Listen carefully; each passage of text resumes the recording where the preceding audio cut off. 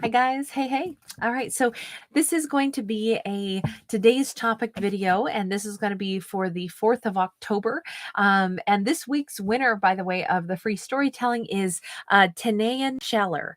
And so right there in the description box, there is a free link. Anybody can watch that storytelling for Tanayan, but each week I choose a subscriber to get a free read with me. If you'd like to enter for next week's drawing, you just go ahead and be subscribed, give this video a thumbs up, and write the word empowered in the comment section. That lets me know that you want to be entered to win, and then maybe next week it'll be your turn to be the winner. I just choose a winner at random. So Tanayan, thank you so much for being a part of my channel. I appreciate it so much. And like I say, the link to your free reading is right there in the description box, and it's anybody can watch it. Now, let's return our attention to this storytelling for the 4th of October. So this is one where my today's topic videos are for a particular date, but they're not sign specific. But let's go ahead and see. As I say that, we start out with Piscean energy, and we got the Hanged Man in the reverse. Someone's making a decision.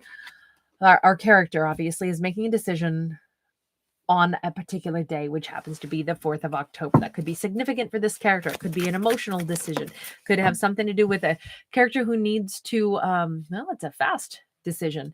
Something they've been procrastinating on for quite a while, and they suddenly decided there's this element of, first off, the power of the sun coming in. And even though a Knight of Swords is Libra, Gemini, Aquarius energy, we've got kind of like some Leo mixed in here as well, just because of the lion mask. And it feels like their ancestors are pushing them forward. So this character who procrastinated quite a lot has suddenly made a decision, possibly to communicate suddenly, because swords tend to be communication. They're coming in fearlessly with that Leo energy, that lion energy, and they're coming in with like a very one track. It's almost like they're like their ancestors are making this happen, or their spirit guide, or however we want to look at that owl. But the energy is like just driving them forward. They couldn't stop this train no matter what, because something has changed. The transformation has been complete, and now it's like they can't unknow it. They can't unsee it. They can't not do the thing that every fiber of their being and every being that's ethereal that surrounds them and supports them says, go do this. It's the right time. We keep seeing like power animals. Maybe this was something that should have happened last year, because last year was Year of the Tiger. They're coming in with the Temperance energy, Sag energy now. They want to make something right. This water tiger, it's almost like the universe says, or their ancestors say, do this now while you have the courage, the bravery. Rush in and face those emotions, and utilize this desire to jump up and make something happen. Make it happen now while you've got that, the power, the moxie, the drive. Use that passion wisely. And their passion is to make something balance. We have a 2 of Wands, but there is no real option. There's only one way to go, which is down the rabbit hole. This person stood maybe at a crossroads for quite a while. A 2 of Wands can be standing at a crossroads, but on this particular card, we have, will you go forward, or, well, I guess you could stand right there, but that's where they already were. They stood on the cusp of doing nothing for a while, but it was because this is like a Mothman or something, someone who was kind of hanging there in chrysalis form for a while, and they're done. The transformation has been complete. They've metamorphosized into a decisive character who I feel is a little delayed. They're going to have to, be fleet of foot, in order to make up for the lost time. They probably should have already done this some time ago. And at this point, I don't think this person is looking before they leap. I think they're just going down the rabbit hole. What is the rabbit hole? There's only one way forward, and that is to just jump on into it. Now, remember, it looked like it was a conversation that they should have already had, and they're suddenly going to have it. Woo, King of Wands. This is the second time we've seen, um, I'll say, eyes blinded by the most beautiful, most radiant gold. It's like everything, if we say everything's golden, it means everything's going to be good. This is going to work out. This is going to be beautiful. This is going to be, like we're going for the gold. And I feel as if there's no room for fear. There's no room for anything other than success. There's no room for anything other than warm-hearted energy. So this character, if they're coming forward, they're going to say it all. They're going to lay their heart on the line. They're going to spill all the sweet nectar that's been, maybe trapped somewhere in their chest that wasn't really coming out of those lips for a long time, back when they were still in gestation mode. All those sweet words, all the things that they should have said, but they didn't. This person, man, I don't think they're going to hold back anything. I think they're going to speak from the heart. This could be a fire sign, that being the King of Wands there, but it's someone who, it doesn't matter. They're not going to be like carefully watching someone's reaction, being like, okay, should I keep going? Should I say a little bit more? They are not coming in fearful. They're not coming in questioning whether or not this is a good idea. The choice has been made. This is what I must do. This is a good idea because it's what my heart needs to say. I almost feel like with this sudden power, this surge of like, I need to say these words, I need to get this out of my heart. It's almost like their heart is kind of like burning on fire, and the only way to put the fire out or make it tolerable is to actually like go ahead and spit those flames. We got a 10 of cups. This 10 of cups, again, with the idea that this should have been said a long time ago. And I say that because we got a skeleton holding this little baby. I feel like a lot of this happiness could have already been achieved. If they're trying to say that they want the 10 of cups with someone, they maybe should have done this a long time ago. They maybe should have and could have expressed this kind of love a long time ago, and they didn't do it. And I say that because of the skeletons. Like, it's like all the meat has kind of like fallen away and we're left with the bare bones.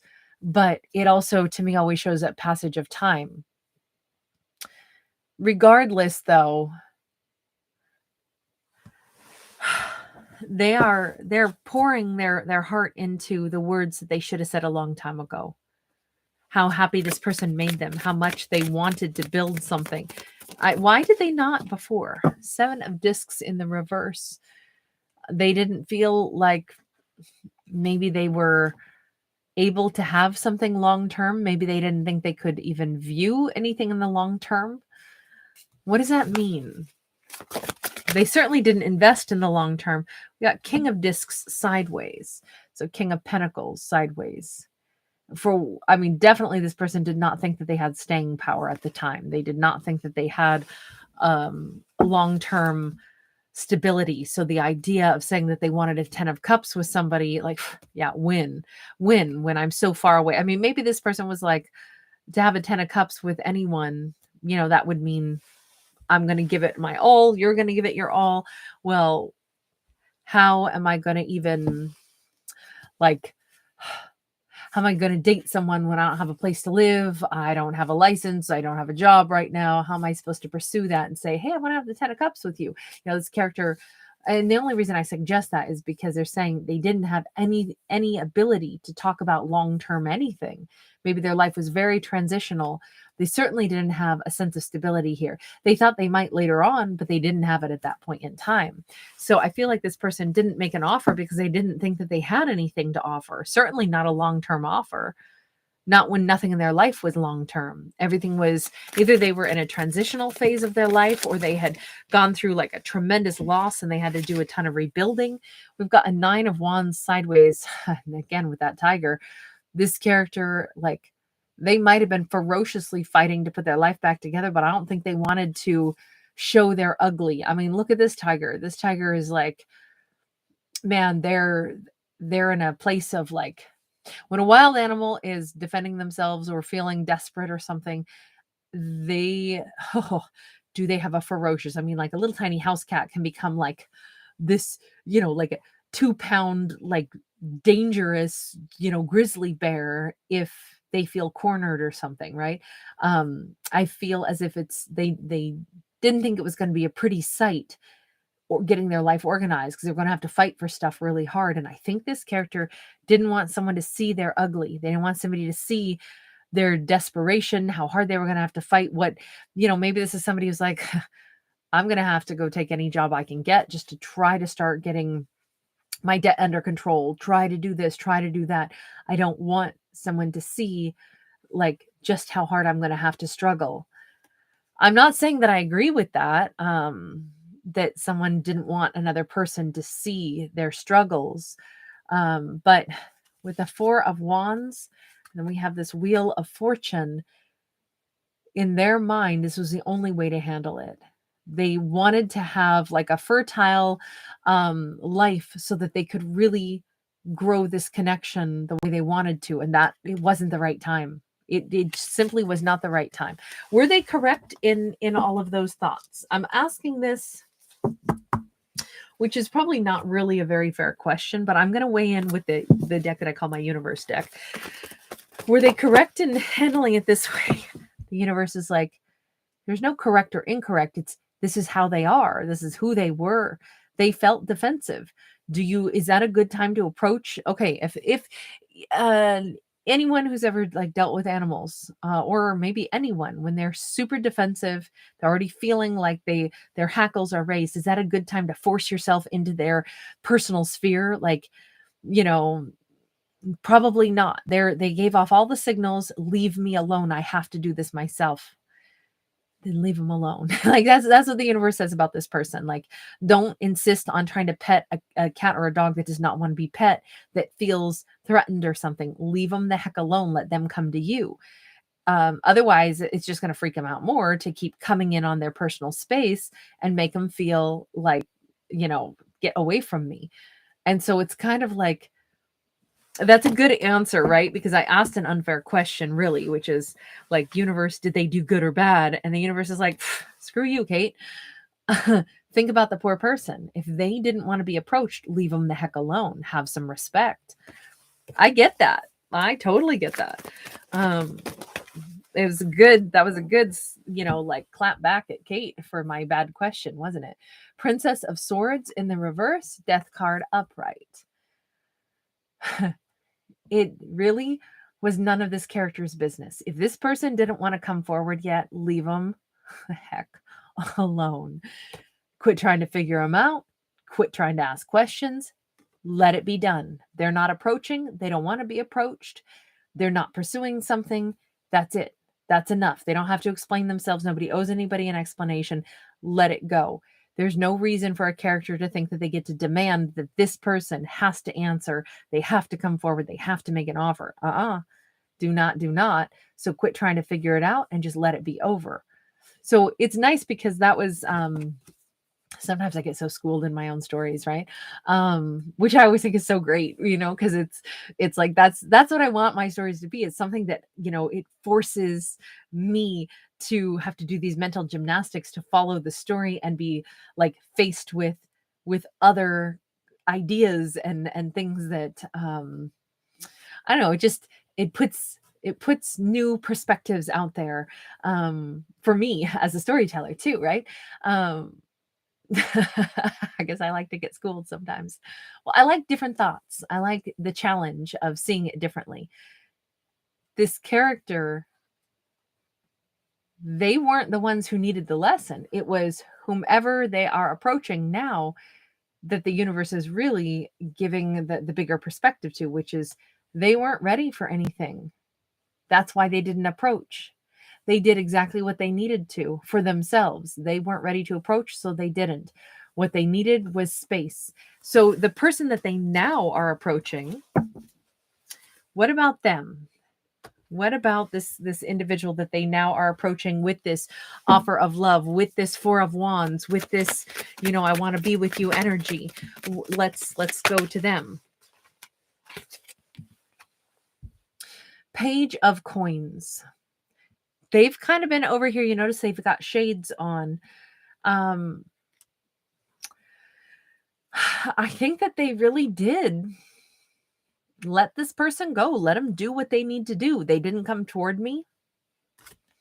I got other fish to fry. I got other things to do. There's other people to talk to. There's other pieces of my life to pay attention to. Um, I don't know if this person shed some tears on that's they're wearing glasses to hide their puffy eyes and acting like everything's totally good when maybe some things weren't perfect. But got a page of wands. Sorry, I don't know why I said page. We have a 4 of wands. We have the lovers, and we have the 10 of cups. Well, I gotta say, this person to me, it does kind of look like they decided to act like, hey, it's all cool, it's all good. They didn't come toward me. Hey, there's somebody else out there for me, some other lover. I'll make a different choice. I'm gonna have this awesome relationship and this wonderful romantic partner, and I'm just gonna meet other people. The only thing is, I'm not 100% sure that they did. They told themselves that. Page of Coins. They said, I'm going to talk to other people. I'm going to go through my little black book of different people to call, different people to talk to. Knight of Swords. They might have even said, I am so not going to think about a person that didn't come toward me. I'm just going to move on with my life. The only thing is they made that decision and they said this pretty swiftly, like, yep, not a problem. I'm just going to move on. I'm not surprised to see these cards because we have a 9 of Swords sideways. We have an 8 of Cups sideways. We have an Ace of Cups upright. We have a 6 of Coins upright. As much as this character said all that, they still kept thinking in the back of their mind. Maybe they had quite a few sleepless nights, more than what they'd like to admit, because they wondered, what happened? Is that person ever returning into my life? Is that something? Are they still the one? What's going on with this? So they let this person go in like words, but in their mind, I think that they still had a lot of stress over this. And although we don't see them saying, oh, I was devastated, I was brokenhearted, this person ruined my life, they're saying, yeah, I had I had a lot of sleepless nights over it. All right. Yep. Yep. I wore sunglasses sometimes to hide the fact I've been crying. Yep. But you know what I also did? I poured into my own life, poured into my own. I'm living a good life. I really am. And I'm building other bonds in my life that are super important, bonds with friends, with colleagues, with family, with coworkers. My heart is full. I have amazing people in my life, and I still believe I'm going to have an amazing romantic partnership. Do I still think about that person sometimes? Yeah, I probably sometimes do, but is my life somehow, destroyed on the rocks because they didn't come toward me and offer me something significant? No. That's really good that our character is so determined to acknowledge how good their life is, to fill their Queen of Swords, and they're a realist. They've got a good, perspective on life. They have a belief that they make choices. If they choose to love someone, it's like, hey, I can't help it. I still think about them sometimes. Yep, but it doesn't ruin my life. We got a Queen of Swords again, and we've got that 6 of Pentacles sideways. Do they really think that this character is ever coming back into their life? They're not really sure that they want this character back. Not because they don't still feel something for him, but because I think that they built a realistic view. They don't want to live in a fantasy and say, oh, someday they're coming back. We've got the death card sideways, but they're also not saying, but I would never take them back and I would tell them to go away if they did. Instead, 7 of Wands, 3 of Cups. They always kind of kept it like, it's definitely over right now. Is it over forever? I don't know. If circumstances changed, it could change. But am I holding my breath? No. And are there problems that would need to be faced? Sure. Like, why weren't they ready and all those things? But am I mad about it? No. It's this person's just more of a realist. And they're just saying, look, if things change, if this is meant to go this way and someday they show back up, I'll deal with it then. Up until then, it's not a fantasy that I cling to, and my life's happiness is not contingent upon whether or not they're back in my life. This really looks like two characters are living their best lives and not succumbing to anything about like, my only happiness has to be with this person. However, what's ironic is this person has always had the intention of coming back in and giving love. All right, I'm going to leave that one there. Thank you guys so much for hanging out with me. Bye for now.